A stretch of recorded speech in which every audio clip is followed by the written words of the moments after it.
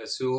तो जैसे कि प्रीवियस वीडियो मैंने बात की थी कि एग्रीकल्चर टॉपिक लेकर आया था मैं। तो एग्रीकल्चर में जो पहला टॉपिक था वो ग्रीन रेवोल्यूशन था। तो ग्रीन रेवोल्यूशन के बारे में हमने डिस्कस किया है। तो जो भी नया कोई इस वीडियो को देखने वाला है तो उसके लिए यही सेशन रहेगी कि वो पहला टॉपिक इसका पार्ट फर्स्ट देखे, ताकि पार्ट फर्स्ट से उसे पता चले कि हम कहाँ से एग्रीकल्चर को स्टार्ट करके आए हैं। तो एग्रीकल्चर का पार्ट सेकंड जो है तो वो है हमारा आज part second, that is important crops in India. यहाँ पे आज हम डिस्कस करने जा रहे हैं कुछ इंपॉर्टेंट क्रॉप्स इंडिया के।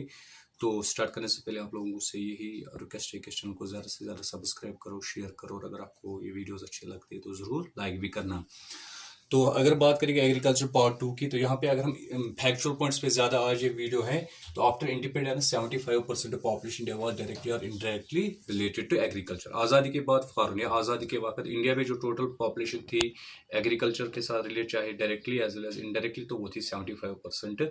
कभी कभार पूछा जाता है during independence how much population India was related to agriculture, that was 75%। उसके बाद according to economic survey 2013 to 14, अगर आप देखोगे ये इकोनॉमिक सर्वे आपको याद रखना होगा। Economic survey 2013 to 14, 55% of population now directly और इनडायरेक्टली रिलेटेड टू एग्रीकल्चर। अब इंडिया में आबादी रिड्यूस पीजेंट से रिड्यूस होकर या एग्रीकल्चरल सेक्टर से रिड्यूस होकर 55% पहुंची है। ये 2013 का रिपोर्ट है इकोनॉमिक सर्वे का, कि अब इंडिया में 55% पॉपुलेशन है जो डायरेक्टली और इनडायरेक्टली रिलेटेड है किसके साथ, एग्रीकल्चरल एक्टिविटीज के साथ। उसके बाद अगर हम बात करें पहले इंडिया को कुछ इंपॉर्टेंट फैक्ट्स इंडिया के देखें, फिजिकल फैक्ट्स, तो उनमें है इंडिया शेयर वर्ल्ड पॉपुलेशन 17%। अगर हम बात करेंगे, अगर वर्ल्ड पॉपुलेशन देखेंगे, टोटल पॉपुलेशन वर्ल्ड इज 100%, और इस 100% में इंडिया कितना शेयर करता है, 17% ऑफ वर्ल्ड पॉपुलेशन। आपको याद रखना होगा, India share 17% of world population. इसी तरह से अगर हम वाटर की बात करें तो India share 4% of world water treasury. तो अगर वर्ल्ड में वाटर कैपेसिटी टोटल है 100%, अगर देखेंगे तो 100% में इंडिया के पास कितनी है, 4%। मगर जब अब हम आते हैं लैंड के ऊपर, क्या लैंड भी इंडिया काफी ज्यादा शेयर करता है वर्ल्ड की, बट यहाँ पे कुछ अलग है। तो टोटल लैंड इंडिया वर्ल्ड की शेयर करता है 2.3%, बहुत ही कम। अगर वर्ल्ड की टोटल लैंड है 100%, तो इस 100% में इंडिया कितना शेयर करता है, 2.3। पॉपुलेशन 17% करता है मगर लैंड खाली 2.3। तो लैंड हमारे पास बहुत ही कम है यहाँ पे पहले से ही, जो हम शेयर करते हैं वर्ल्ड की। Only 2.3% of total land of world India share. अब यहाँ पे हम बात करेंगे अब कुछ इंपॉर्टेंट क्रॉप्स के बारे में। पहले आपको याद रखना होगा, we have the 3 cropping seasons in India. India में 3 क्रॉपिंग सीजन है। टाइप्स ऑफ क्रॉप्स नहीं पढ़ा रहा हूँ, टाइप्स ऑफ एग्रीकल्चर नहीं पढ़ा रहा हूँ, अलग पढ़ाऊंगा। Subsistence agriculture, commercial agriculture, plantation agriculture, shifting agriculture अलग है। क्रॉपिंग पैटर्न्स इंडिया 3 है। एक होता है खरीफ क्रॉपिंग पैटर्न, दूसरा होता है रॉबी क्रॉपिंग पैटर्न, और तीसरा होता है ज़ैद क्रॉपिंग पैटर्न। अब यहाँ पे जो खरीफ क्रॉप्स होते हैं इनके बारे में अगर आप याद रखोगे, ये ऑब्जेक्टिव्स आते हैं। खरीफ क्रॉप्स कब सो किए जाते हैं, इनको कब बोया जाता है, that is the period from May to July. को मई टू जुलाई में खरीफ क्रॉप्स को सो किया जाता है, और इनको हार्वेस्ट किया जाता है सितंबर और अक्टूबर में। ये भी याद रखना हो, सितंबर और अक्टूबर में इनको हार्वेस्ट करते हैं, और मई से जुलाई इनको सो करते हैं। और कुछ इंपॉर्टेंट क्रॉप जो बार बार एग्जाम में पूछे जाते हैं, आपको कोई क्रॉप दिया जाता है, फिर कहा जाता है बताइए ये कौन सा, क्या ये खरीफ क्रॉप है, क्या ये रॉबी क्रॉप है। खरीफ क्रॉप्स आपको याद रखना, एक तो जवाहर है, JOWR, jowar is a kharif crop. Maize, MAIZ, maize आपको याद रखना होगा। Bajra, BAJRA, bajra. Rice, RIC, rice. Soybean, SOYABEN, soybean. Groundnut, GROUNDNUT, groundnut. And cotton. These are kharif crops of India. ये आपको याद रखने होंगे, इनके नाम याद रखने होंगे, ताकि आपको आसानी से कल पॉइंट आउट कर सके क्या ये रॉबी क्रॉप है या क्या ये खरीफ क्रॉप है। उसके बाद हम बात करेंगे रॉबी क्रॉप की। तो रॉबी क्रॉप सो किए जाते हैं अक्टूबर टू दिसंबर। इनका सोइंग पीरियड होता है अक्टूबर से लेकर दिसंबर तक, और इनका हार्वेस्टिंग पीरियड होता है फरवरी से अप्रैल तक। ये भी याद रखना, फरवरी से अप्रैल तक। और कुछ इंपॉर्टेंट रॉबी क्रॉप जो है वो है बार्ले, आपको याद रखना होगा। ग्राम आपको याद रखना होगा। लिंसीड आपको याद रखना होगा। मस्टर्ड आपको याद रखना होगा। पी आपको याद रखना होगा, और पोटैटोज आपको याद रखना होगा। ये इंपॉर्टेंट क्रॉप्स है कौन, रॉबी क्रॉप्स। उसके बाद we have the third important type of crop, that is zaid crop.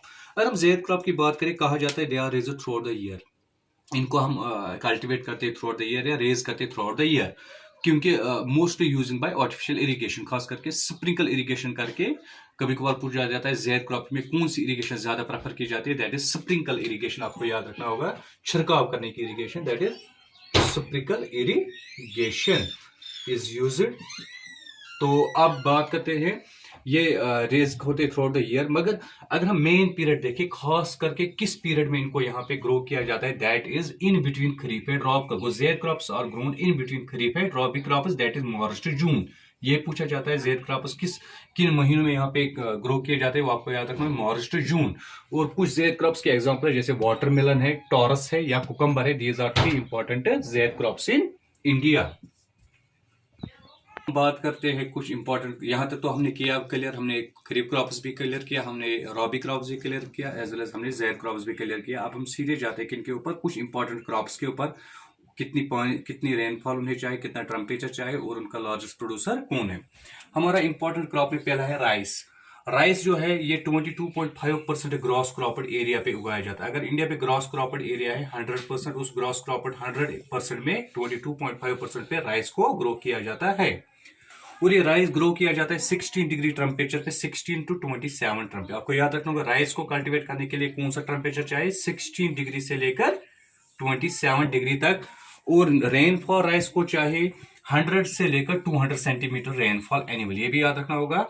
Annual rainfall 100 to 200 centimetre rice को कल्टीवेट करने के लिए, और टेम्परेचर 16 डिग्री से लेकर 27 डिग्री टेम्परेचर तक। और West Bengal is the leading producer of rice in India. Punjab is not, but it is West Bengal which is the leading producer of rice in India.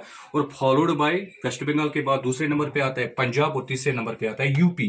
तो इस तरह से आपको याद रखना होगा, वेस्ट बंगाल आपको 100 to 200 सेंटीमीटर रेनफॉल याद रखना होगा, और आपको 16 डिग्री से लेकर 27 डिग्री टेम्परेचर भी याद रखना होगा। उसके बाद second type crop, that is wheat.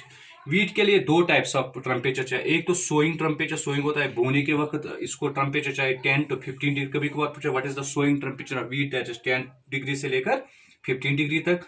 और हार्वेस्टिंग, जब इनको हार्वेस्ट किया जाता है उस वक्त 21 से लेकर 26 डिग्री, 21 to 26 डिग्री टेम्परेचर चाहिए ड्यूरिंग हार्वेस्टिंग पीरियड। और रेनफॉल कितनी चाहिए इनको, रेनफॉल चाहिए हमें 50 से लेकर 100 से। what is the need of rainfall for the cultivation of wheat, that is 50 to 100 centimetre. और इसका आप देखिए leading producer Uttar Pradesh. Uttar Pradesh is the leading producer of what, Uttar Pradesh is the leading producer of wheat in India. And after Uttar Pradesh followed by Punjab and Haryana. Uttar Pradesh के बाद जो दूसरी state है वो है पंजाब, और तीसरे हरियाणा। तो आपको याद रखना Uttar Pradesh is the leading producer of wheat in India. 50 से लेकर 100 सेंटीमीटर तक रेनफॉल चाहिए, 21 डिग्री से लेकर 26 डिग्री टेम्परेचर चाहिए, और सोइंग में चाहिए 10 डिग्री से लेकर 15 डिग्री टेम्परेचर। और leading producer is Uttar Pradesh. उसके बाद वे the third important crop, that is maize. तो maize is also called, maize is also known as queen of cereals, ये याद रखना। Maize is also known as queen of cereals. तो which crop is also known as queen of cereals, that is maize. और मेज को चाहे rainfall 60 से लेकर 100 सेंट, ये आपको याद, ये आपको सारे फैक्टर्स याद रखने हैं। 60 से लेकर 100 सेंटीमीटर रेनफॉल चाहिए एनुअली मेज को कल्टीवेट करने के लिए। और टेम्परेचर इसको चाहिए 21 डिग्री से लेकर 27 डिग्री तक। 21 डिग्री से लेकर 27 डिग्री तक टेम्परेचर चाहिए मेज को कल्टीवेट करने के लिए। और इसके लिए जो सुटेबल सॉइल होती है कल्टीवेट का, दैट इज लूमी सॉइल। वो maize is cultivated mostly on which soil, that is loamy soil. और the leading producer of maize in India is Karnataka, ये याद रखना, Karnataka is the leading producer of maize in India. और कर्नाटक के बाद दूसरे number पर है आंध्र प्रदेश, और तीसरा है महाराष्ट्र, ये आपको याद रखना होगा। तो first leading producer is Karnataka. 21 degree से 27 डिग्री टेम्परेचर, लूमी सॉइल की जरूरत पड़ती है, 60 to 100 सेंटीमीटर रेनफॉल चाहिए, और also known as queen of cereals. अब बात करते हैं टी की, चाय की। तो टी के बारे में कहा जाता है, अगर हम देखेंगे दुनिया में टी कहाँ पे ऑरिजिन हुई, इसका ऑरिजिन कहाँ हुआ, that is Yangtze valley in China, ये याद रखना। Why tea originates, it originates in Yangtze valley. Yangtze valley एक चाइना में, वहां पे टी की ऑरिजिन हो चुकी है, या ऑरिजिन टी का कहां से आया है, that is Yangtze valley in China. और टी को कल्टीवेट करने के लिए अब इंडिया की जब बात करें तो यहाँ पे जरूरत है 25 डिग्री से लेकर 30 डिग्री तक टेम्परेचर चाहिए इस टी को कल्टीवेट करने के लिए। इसके अलावा रेनफॉल की जरूरत होती है 150 सेंटीमीटर, ये भी याद रखना, 150 सेंटीमीटर चाहिए रेनफॉल की। और लीडिंग प्रोड्यूसर अगर हम बात करेंगे टी की इंडिया में, that is Assam. Leading producer of T is Assam. Assam को फॉलो करता है वेस्ट बंगाल, और वेस्ट बंगाल के बाद नीलगिरी हिल्स जो तमिलनाडु में है, उन पे भी टी कल्टीवेट। कभी कभार पूछा जाता है किस माउंटेन रेंज पर इंडिया में टी को कल्टीवेट किया जाता है, दैट इज नीलगिरी हिल्स, और लीडिंग प्रोड्यूसर इज आसाम। उसके बाद we have the fifth, that is sugar cane. तो शुगर केन के लिए हमें याद रखना होगा it needs above 25 degree temperature, इसको above 25 degree temperature, above 100 centimetre को रेनफॉल चाहिए, और ये ज्यादातर ब्लैक सॉइल पे ग्रो होती है, और leading producer is Uttar Pradesh. तो आपको याद रखना होगा शुगर केन के लिए Uttar Pradesh is the leading producer of sugar cane. Leading उसके बाद फॉलोड बाय महाराष्ट्र, दूसरे नंबर पे महाराष्ट्र आती है और तीसरे नंबर पे कर्नाटका आती है। उसके बाद वो है तो कॉटन। अब कॉटन के बारे में जो बात करते हैं तो कॉटन के लिए चाहिए रेनफॉल अबव 50 सेंटीमीटर, उसको उगाने के लिए पहले रेनफॉल कितनी चाहिए, 50 सेंटीमीटर अबव चाहिए। उसके बाद टेम्परेचर यहाँ पे चाहिए अबव 32 डिग्री सेल्सियस, ये भी याद रखना, cotton needs above 32 degree Celsius. और एलोवियल सॉइल भी इसके लिए सुटेबल होती है। तीन टाइप्स ऑफ सॉइल आप याद रखना जो सुटेबल होती है किसके लिए, कॉटन कल्टीवेशन के लिए। एक है एलोवियल सॉइल भी सुटेबल होती है, ब्लैक सॉइल भी सुटेबल होती है, चर्नोजेम CHERNOZEM चर्नोजेम सॉइल भी इसके लिए सुटेबल होती है। और लीडिंग प्रोड्यूसर इज महाराष्ट्र। यहाँ पे कॉटन सबसे ज्यादा महाराष्ट्र में निकलता है, और महाराष्ट्र के बाद गुजरात में निकलता है, और गुजरात के बाद पंजाब में निकलता है। उसके बाद वो लास्ट पॉइंट टुडे इस लेक्चर में है दैट इज जूट। जूट को देखो, अगर हम रेनफॉल की देखें तो रेनफॉल 150 से लेकर 200 सेंटीमीटर होनी चाहिए। वो 150 से लेकर 200 सेंटीमीटर रेनफॉल पे जूट की अच्छी कल्टीवेशन होती है। उसके बाद इसको टेम्परेचर 25 डिग्री सेल्सियस चाहिए, ये भी याद रखना 25 डिग्री सेल्सियस टेम्परेचर चाहिए। और इसको रिच एलोवियल सॉइल चाहिए। जूट कल्टीवेशन के लिए सबसे इंपॉर्टेंट सॉइल होती है एलोवियल। आपको याद रखना jute is cultivated in which soil, jute is cultivated on alluvial soil, so it needs rich alluvium, और cultivated mostly on the mouth of river Ganga and Brahmaputra. कभी ऊपर पूछा जाता है कि जूट को किन रिवर्स के आसपास कल्टिवेट किया जाता है, that is river Ganga as well as river Brahmaputra. अब West Bengal is the leading producer of jute in India. यहाँ पे इंडिया में सबसे ज्यादा जूट कहाँ पे निकलता है, वेस्ट बंगाल में, और वेस्ट बंगाल के बाद बिहार में निकलता है, और बिहार के बाद आसाम में निकलता है। और अगर हम दुनिया की बात करें, दुनिया के जूट में इंडिया एक्सपोर्ट करता है 60%। वो India produces 60% of total jute of world. अगर दुनिया का टोटल जूट 100% है, उसमें इंडिया प्रोड्यूस करता है 60%। इस तरह से हमने आज कुछ क्रॉप डिस्कस किया। अब जो बचे क्रॉप्स उनको हम नेक्स्ट वीडियो में डिस्कस करेंगे। इसके अलावा जितने भी और इंपॉर्टेंट फैक्चुअल पॉइंट्स होंगे इस एग्रीकल्चर रिलेटेड, उनको हम डिस्कस करेंगे। तब तक आप लोग अच्छे से इस इंफॉर्मेशन को ग्रेसिप करना, और एक एक पॉइंट जितने भी ये पॉइंट्स मैंने यहाँ पे लिखा है, चाहे temperature related, rainfall related, producing related, soil related, ये सारे आपको एग्जाम पॉइंट ऑफ व्यू के लिए बहुत ही इंपॉर्टेंट है। थैंक्स।